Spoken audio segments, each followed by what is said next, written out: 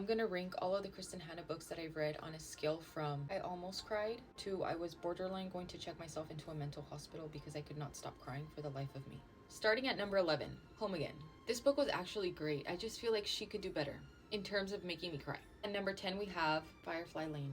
I hated the main character with the Passion of the Christ. At number 9, The Things We Do for Love. This was a really good book, but compared to her other books, it just made me a little sad. At number 8, Magic Hour. Every time there's a kid in her books, it's always going to pull at my heartstrings a little extra, but this one just didn't quite do it for me. At number 7, this one might get some people upset, but remember that this is just my opinion and the books that hurt me the most. The Women. The romantic relationship in this book, the only thing genuine about it is the amount of hate that I had for it, but it was good. At number 6, Homefront. Again, really good book, very moving, but it just did not bring the tears that I wanted it to bring to the party. At number 5, The Great Alone. This is one of her first books that I ever read, and again, it was a very moving, very great book, but it didn't hurt me the way I wanted it to. At number 4, Night Road. For me, this is where the waterworks really begin. I think this is one of Kristen Hanna's most slept on books. This is not a historical fiction, but in my opinion, I feel like it's still one of her best books. This is where things start getting real rough. At number 3, The Four Winds. If you look me dead in the eyeballs and tell me that you did not cry uncontrollably reading this book, your heart is made of stone and you can't convince me otherwise. At number 2,